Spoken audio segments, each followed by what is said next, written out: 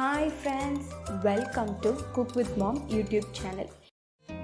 இன்னைக்கு நம்ம பார்க்க போற ரெசிபி என்னன்னா ஒரு ஹெல்தியான ஸ்நாக்ஸ் வாழைப்பூ வடை. இதான் அது செய்யறதுக்கு தேவையான பொருட்கள். வாங்க இப்போ எப்படி பண்றதுன்னு பார்க்கலாம். கடலைப்பருப்பு 100 கிராம் வாஷ் பண்ணி எடுத்துக்கோங்க. அதில் சோம்பு 1/4 டீஸ்பூன், காரத்துக்கு வரமிளகா 3 ஆட் பண்ணிக்கோங்க, ரசப்பூடு 1 ஆட் பண்ணிக்கிறோம். இது ஒரு 2 மணி நேரத்துக்கு நல்லா ஊறட்டும். வாழைப்பூ 1 க்ளீன் பண்ணி எடுத்துக்கோங்க. வாழைப்பூ க்ளீனிங்கான வீடியோ அடுத்து நான் உங்களுக்கு போடுறேன்.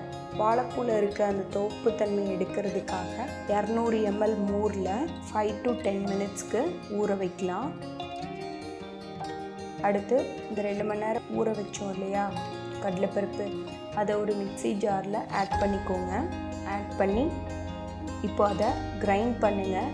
நிறைய வாட்டர் ஊற்ற வேண்டாம், ரொம்ப தண்ணி ஆகிடும்.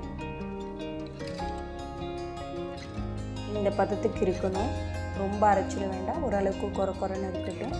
இப்போ இதை ஒரு பவுலுக்கு ஷிஃப்ட் பண்ணிக்கலாம். ஒரு பெரிய பவுல் எடுத்துகிட்டு அதில் நம்ம அரைச்சி வச்ச இந்த கடலைப்பருப்பை ஆட் பண்ணிக்கோங்க. அடுத்து சின்ன வெங்காயம் ஒரு 20, பச்சை மிளகா 2, இஞ்சி 1 இன்ச்சு எடுத்து சின்னதாக கட் பண்ணி இதில் ஆட் பண்ணிக்க போகிறோம். அடுத்து இதில் கருவேப்பிலை கொஞ்சமும் கொத்தமல்லி கொஞ்சமும் ஆட் பண்ணிக்கலாம். அதையும் நல்லா ஃபைனாக கட் பண்ணி ஆட் பண்ணிக்கோங்க. அடுத்து இதில் வாழைப்பூ ஊற வச்சோம் இல்லையா, அதை வாஷ் பண்ணிவிட்டு நல்லா குட்டி குட்டியாக கட் பண்ணி அதை இதில் ஆட் பண்ணிக்கிறோம்.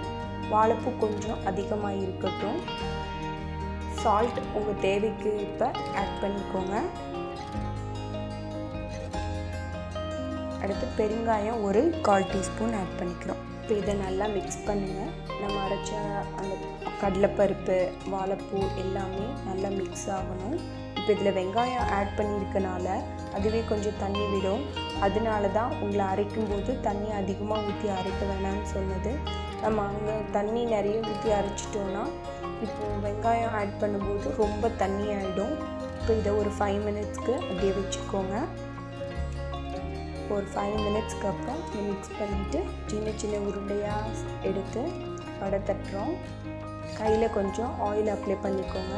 பாருங்கள், கொஞ்சமாக ஒரு மாவு எடுத்துகிட்டு பண்ணிவிட்டு லைட்டாக ஒரு 2 ப்ரெஸ் மட்டும் பண்ணுங்கள். இந்த அளவுக்கு இருந்தால் போதும், ரொம்ப பெருசாக போட வேண்டாம், சின்னதாக இருந்தால் நல்லாயிருக்கும்.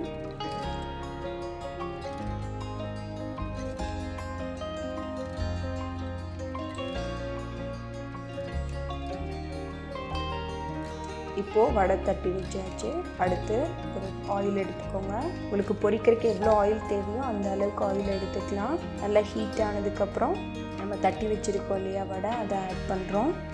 ஆயில் சூடாக வரைக்கும் மட்டும் ஹை ஃப்ளேமில் வைங்க. அதுக்கப்புறம் வடை போட்டதுக்கப்புறம் மீடியம் டு ஹை ஃப்ளேமுக்கு வச்சுக்கோங்க. இது நல்லா ஒரு சைடு வெந்ததுக்கப்புறம் அடுத்த சைடு திருப்பி போடுங்க. இப்போ பாருங்கள், கோல்டன் ப்ரௌன் ஆனோன்னையும் எடுத்துக்கலாம். மேலே அந்த வாழைப்பூலாம் நல்ல ப்ரௌனாக இருக்கும். ஹெல்த்தியான ஈவினிங் ஸ்நாக்ஸ் வாழைப்பூ வடை ரெடி ஆகிடுச்சு. இப்போ இதை பிச்சு பார்ப்போம். பாருங்கள் எவ்வளோ சாஃப்டாக இருக்குன்னு.